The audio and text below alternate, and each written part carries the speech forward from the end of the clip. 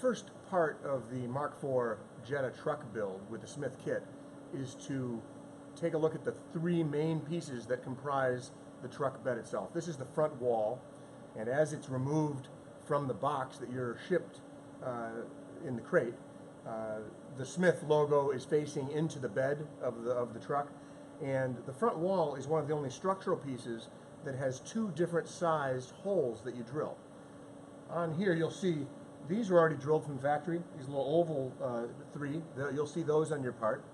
We've drilled these 5/16 in diameter.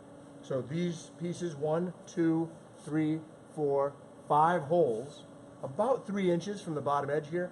Those are drilled 5/16 inch.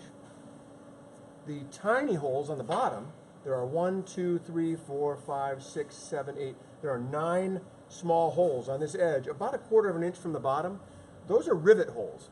So those are drilled 3/16 of an inch, and I save those for when I'm finally attaching this piece to the leading edge of the rear seat. So I don't drill those now. I only drill the 5/16 ones. So you'll have all of the holes drilled out to 5/16 on the car front wall, except these bottom little holes here.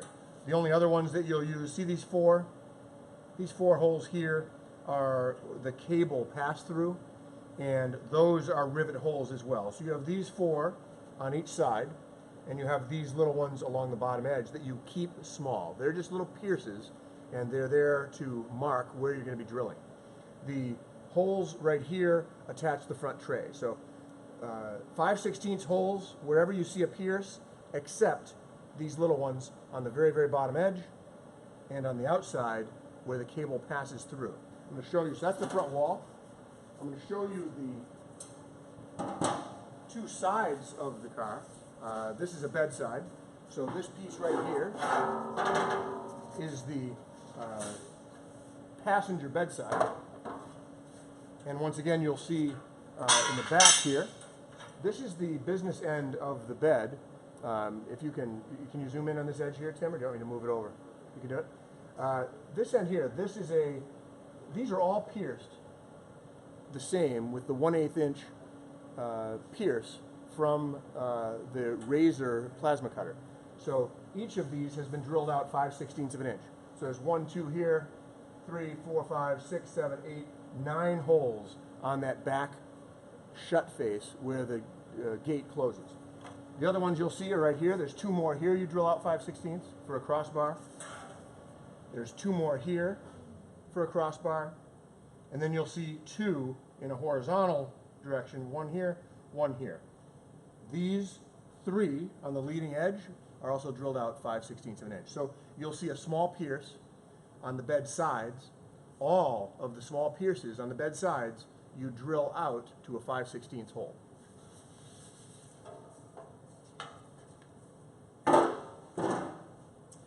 The other piece that you're going to find when you assemble the bed is the front tray. So this is the tray. This is a fuel pump access cover. There are tiny holes here. We used to put little tabs under here to mount a cover. We don't do it anymore because the corrugated bed floor covers this. So these little pierces here you can leave as they are. The sides of the tray have 2 pierces. You drill those out 5/16. The front side, remember the front, this is the fuel pump cover, so it mounts into the car like this. Rear is this way. You're going to drill out the pierces 5/16 of an inch along the front edge of the tray.